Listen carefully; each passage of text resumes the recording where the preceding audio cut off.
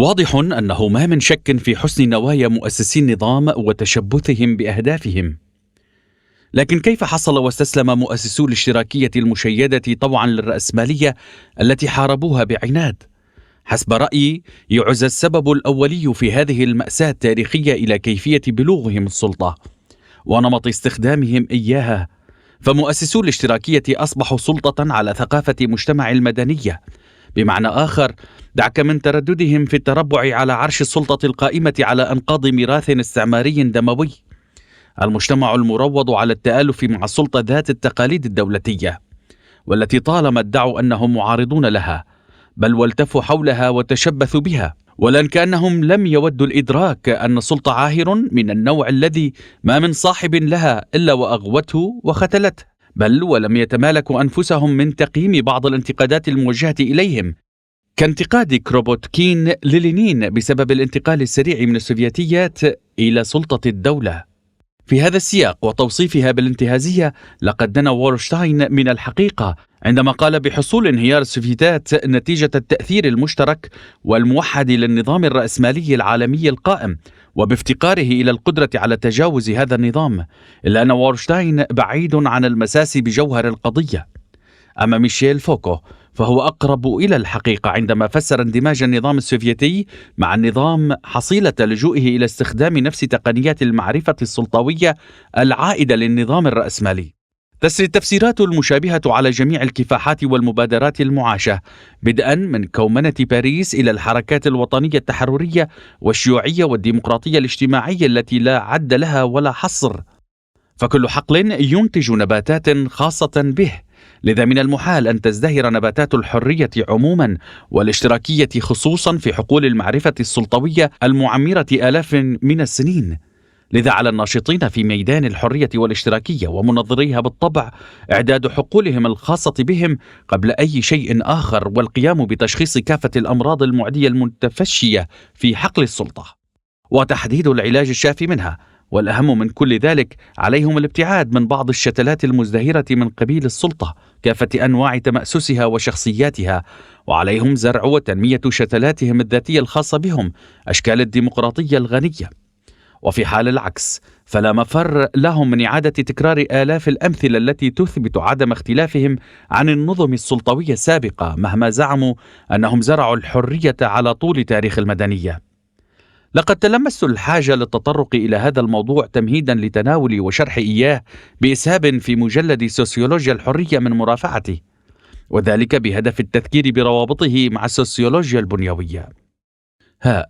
من المهم تسليط الضوء على دور الأنشطة المؤسساتية في مجتمعات المدنية فيما يتعلق بحقول الدين، العلم، الفلسفة، الفن والأخلاق وغيرها. يزعم أنه ثمة أواصر وطيدة بين المدنية وبين تطور حقول الدين والعلم والفلسفة والفن والأخلاق. هذا حكم قابل للتفسير. أني على قناعة بأننا شاهدنا بشكل ملموس كيف وبأية غاية أنشئت حقول الدين والعلم والفلسفة والفن، والتي شهدت انطلاقة مذهلة في كنف دولة الكهنة السومريين، كما تلمسنا كيف أينعت وأنهلت حالتها المشيمية من الثقافة النيوليتية المتأسسة في حوض دجلة والفرات، يتستر وراء اصطلاح القدسية إلاء قيمة ثمينة واستثنائية لقوت المستخدم لتغذية الإنسان، فلدى حظي البشر بالقوت الوفير والمتنوع، فقد نظروا إليه على أنه معادل لهويتهم المجتمعية، فقيموه بأنه لطف الآلهة فراحوا يشكرونها. ما نعجز اليوم أيضا عن إدراك معناه الشامل في عظمة الحياة وسحرها هو الألوهية كمبدأ تكويني وكاصطلاح طالما يلوذ به الإنسان لدى سعيه لإضفاء المعاني على تلك العظمة الخلابة. يجب عدم الخلط بين الألوهية والله، حيث يتسم مصطلح الله المنشأ في أوساط الثقافة السامية بمعنى مختلف وخاص، بينما الألوهية التي يعبر عنها بمبدأ التكوين لأجل كافة المجتمعات البشرية هي اصطلاح قابل للتفسير بمعان عديدة للغاية، ولا تزال تصون خاصيتها هذه. فالزعم بأن كائنا محدود الآفاق كالإنسان قادر على تفسير الكون إنما هو دليل على المغالاة في تعظيم شأن الإنسان. تأسيسا على ذلك، فإن إحالة كل شيء يستعصي على الإنسان فهمه إلى مصطلح الألوهية بهذه الآفاق الضيقة للغاية من حيث المعلومات والمعارف يعد ميتافيزيقية حسنة، وكل قناعة بعدم مخاطر ذلك البتة. وإلا فالعكس يعني القبول بالإنسان كإله واحد أحد. وأنا مقتنع بأن المبالغة في تضخيم الذات لهذه الدرجة سينفي كل معاني الكون. لقد اعتبر الكهنة السومريون الإله الذي صنعوه عاملا معنويا في تيسير الإيضاح لأجل المجتمعات التي شادوها، أكثر من النظر إليه كميتافيزيقيا متطورة. وربما كان الكهنة رغبوا لأول مرة في تطوير عاطفة الطاعة والانصياع بين المجتمع عن طريق مصطلح الإله المعاقب على الآثام. هكذا يحصل تدويل الآلهة رويدا رويدا. وهنا بيت القصيد في الإصلاح. ثمة العديد من الدلالات المشيرة إلى أن العديد من أماكن جلوس الآلهة وأشكال رسومهم قد هدفت إلى تعزيز شأن حكام الدولة وبالتالي إدارة المجتمع. فالمالك يواري مصالحه الذاتية بمهارة ودهاء عندما يقول أنه يخوض الحرب باسم إلهه، والحاكم في كافة المخطوطات والوثائق المدونة هو ابن الإله المحبب والمعزز على الدوام، في حين أن أعداءه شياطين يجب قهرها ولعنها. وتتشكل مجموعة إلهية على مهل كانعكاس ساطع للإدارة الجديدة. لم ينعكس تطابق الإله مع الحاكم بهذا الجلاء في أي مجتمع كان بقدر ما هو عليه في المجتمع السومري، حيث لم يعد ثمة أهمية للتساؤل عما إذا كان أي منهما قناعا للآخر. فكلما جرى تدويل الإله متجسدا في طبقة الحكام، كلما استمر في اكتساب معانيه بصفته قوة مبدعة وموجهة ومراقبة سامية على رأس المجتمع. كلما استمر في اكتساب معانيه بصفته قوة مبدعة وموجهة ومراقبة سامية على رأس المجتمع، وبقدر ما يحظى الحكام بالخصائص والصفات فلن يتخلف إلهه أيضا عن التحلي بمزيد من الخصائص والصفات. وبقدر ما يدار المجتمع بالفضيلة فسيكون ذلك برهانا على مدى متانة أواصر الحاكم مع الألوهية بالمثل.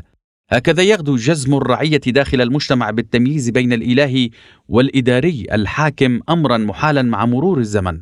ولتطور الميتافيزيقية سيئة علاقة مع هذه الأحداث، فالألوهية المنشأة تبدأ بالتحول إلى ميتافيزيقية سيئة.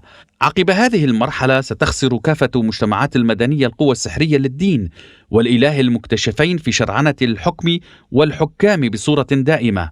ورغم بقاء الإله القديم المبجل والخالق والمنجب عالقا في زوايا الفكر والعاطفة لدى المسحوقين والرعاية، إلى أن الإله والدين الجديدين المتدولين سيعبران عن تأدية دورهما العلني بوساطة عباد الحاكم المعزز والمحبوب. ثمة عورة وثيقة تستحق الالتفات إليها بين تعداد الآلهة وشكل المجتمع.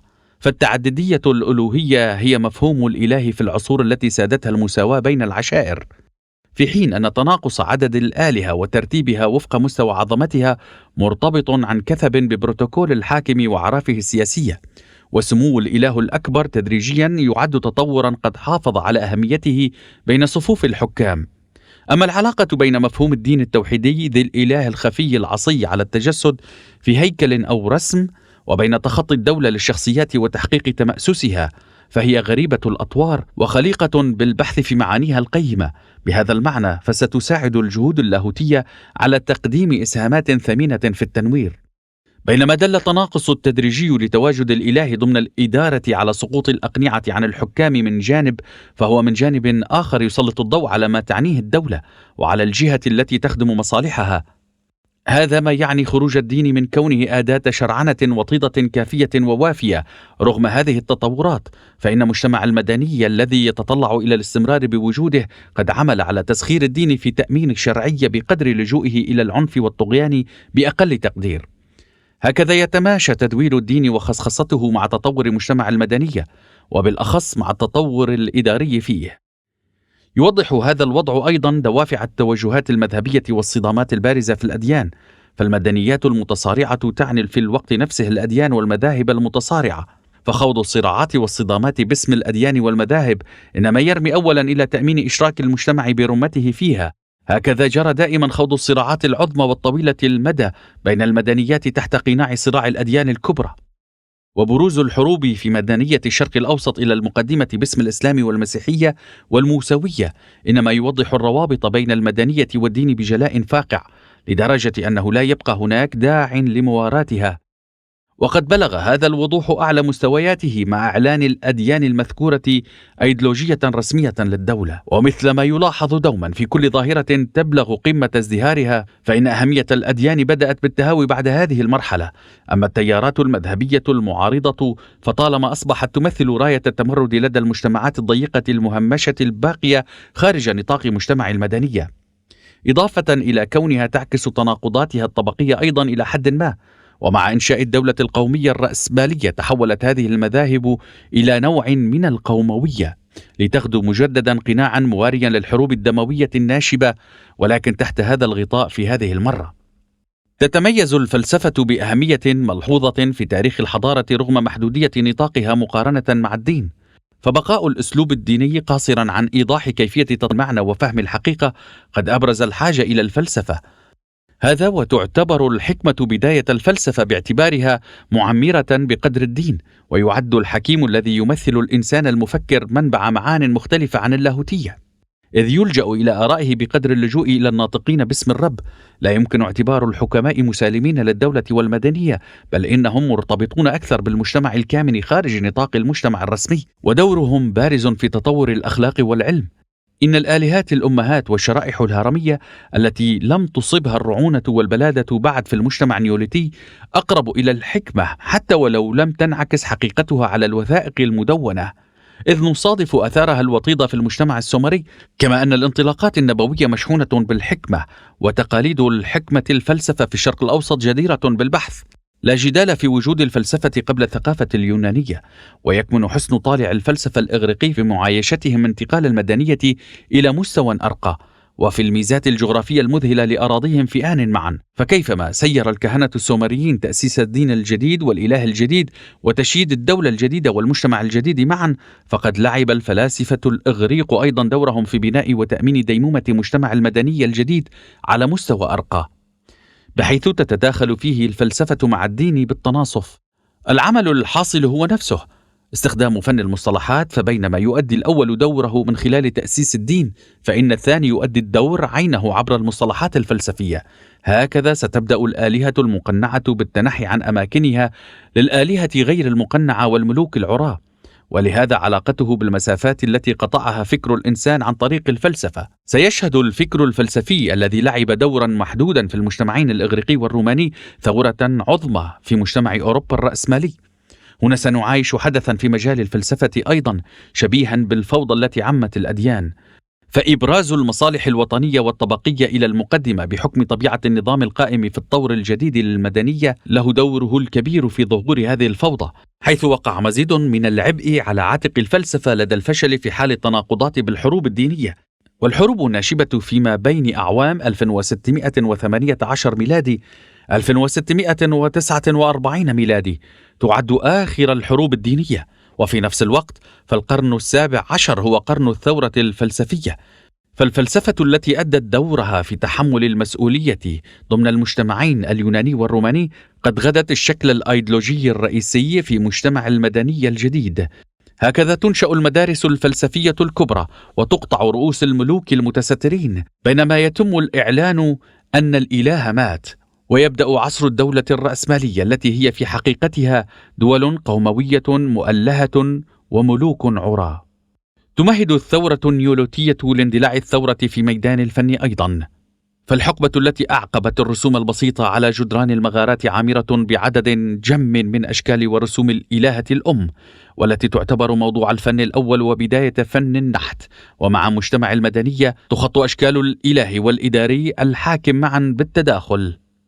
أما التمايز الطبقي المتزايد ومهام الإدارة المتزايدة فتمهد لتدول الفن بقدر تدول الدين. نخص بالذكر تسابق الإله والملك والكاهن فيما بينهم لاستعراض قواهم في الفنون المصرية والصينية والهندية، وكأن هذه الهياكل الضخمة والمحفورات الباهرة دليل على التعريف بمقدرة تلك القوى. ويحذو الفن المعماري أيضا نفس الحذو، حيث تعتبر المعابد وبيوت الحكام ساحات لتنفيذ العمار، فتشيد فيها المعابد والسرايا الفخمة، كما تنشأ القبور الضخمة. كل ذلك دليل صارخ ومروع على الأبعاد التي قد يبالغ العنف والاستغلال المطبقين على الإنسان في كنف مجتمع المدنية.